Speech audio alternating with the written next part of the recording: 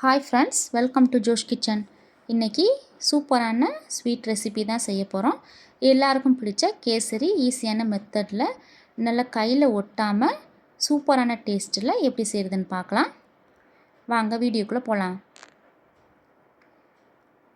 கேசரி செய்கிறதுக்கு முதல்ல 1 கப் அளவுக்கு ரவை எடுத்துக்கலாம். வீட்டில் உள்ள டம்ளர் வச்சே அளந்துக்கோங்க. இதை நல்லா அடுப்பை மீடியம் ஃப்ளேமில் வச்சுட்டு நல்லா வறுத்து எடுத்துக்கலாம். ரவையை நம்ம எந்த அளவுக்கு வறுக்கிறோமோ அந்தளவுக்கு நமக்கு கேசரி நல்லா உதிரி உதிரியாக டேஸ்டியாக கிடைக்கும். பாருங்கள், ரவையை நல்லா வறுத்து எடுத்தாச்சு. இப்போது அதே கடாயில் கொஞ்சமாக நெய் சேர்த்துக்கலாம். நெய் சேர்த்துட்டு கொஞ்சமாக முந்திரி, கொஞ்சமாக உலர் திராட்சை, இது ரெண்டையும் நல்லா ஃப்ரை பண்ணி எடுத்துக்கலாம். திராட்சை நல்லா உப்பி வரணும், அது வரைக்கும் நம்ம அதை ஃப்ரை பண்ணிடலாம். அடுப்பை மீடியம் ஃப்ளேமில் தான் இருக்கணும், இல்லைன்னா கருகிரும்.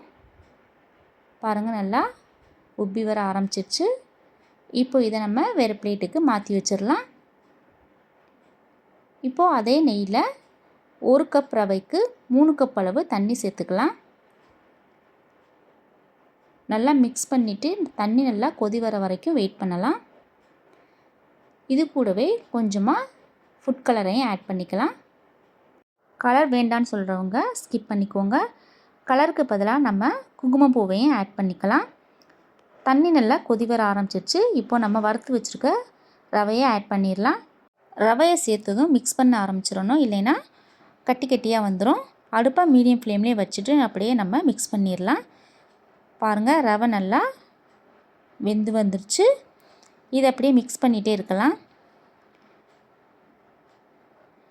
இந்த ஸ்டேஜுக்கு வரணும்.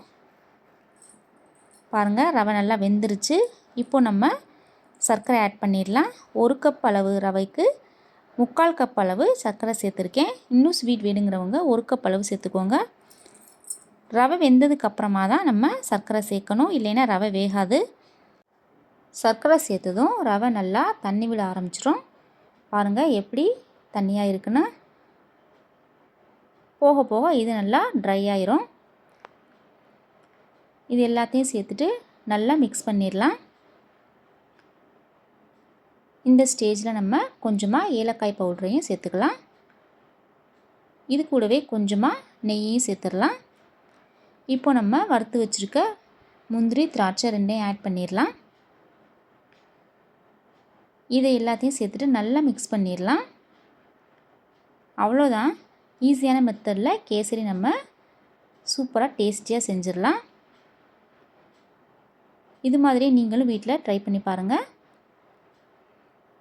டேஸ்டியான கேசரி ரெடி ஆயிடுச்சு. பாருங்கள், பார்க்குறதுக்கு எவ்வளோ சூப்பராக இருக்குன்னு.